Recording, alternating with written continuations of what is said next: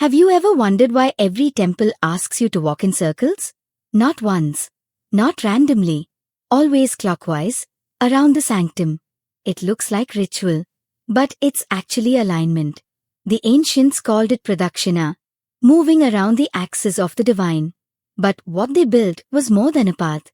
It was a circuit designed to synchronize your body's biofield with the temple's magnetic core. Every temple is designed as a living energy vortex, its garbhagriha, sanctum, acting as the nucleus. The moment the prana or life energy accumulates inside that chamber, it begins to radiate outward in concentric waves. Walking clockwise means your heart's electromagnetic field moves in the same rotational direction as Earth's magnetic lines. It's not blind faith, it's biological tuning. Your nervous system begins to resonate with the same flow that powers the planet itself. As your feet strike the ancient stone, microvibrations travel through the body.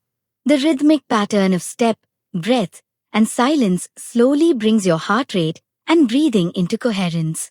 Modern biofeedback studies call this moving meditation. Our ancestors embedded it in stone thousands of years ago. Each round isn't just physical motion, it's a calibration loop. Your body, breath, and brain waves begin to synchronize with the temple's geometry. You don't just walk around the divine, you orbit it, like electrons around the nucleus of a greater consciousness. The design of these paths was never random. Some temples use perfect circles, others spirals or squares with rounded corners. All follow the principle of contained motion, energy that flows but never leaks. When thousands of people walk together around a sanctum, their combined motion acts like a continuous current, keeping the energy field of the temple alive and pulsating. If everyone stopped walking, the pranic circulation would fade, just as stagnant water loses its clarity. Movement sustains vibration. That's why temples were never meant to be silent monuments. They were meant to breathe. Even the clockwise direction has science behind it. Your right side, where the heart is slightly tilted, faces the sanctum each time you move. This keeps the center of emotional and magnetic balance aligned with the core energy. The circular walk gently activates the vestibular system in the inner ear, responsible for balance and spatial awareness. In other words, it literally steadies your mind. No wonder you feel lighter, calmer, more centered after completing the rounds. Every element works in harmony. The vibration of the bell clears the auditory field. The scent of camphor purifies the air. The geometry channels prana through symmetry. And your movement completes the energetic loop. You become both observer and participant, feeding energy into the system while absorbing it back.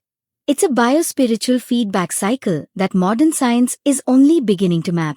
From the spiral of galaxies to the rotation of electrons, everything in the universe moves in circles. Temples mirrored this cosmic truth, reminding you that life itself is not linear, but cyclic.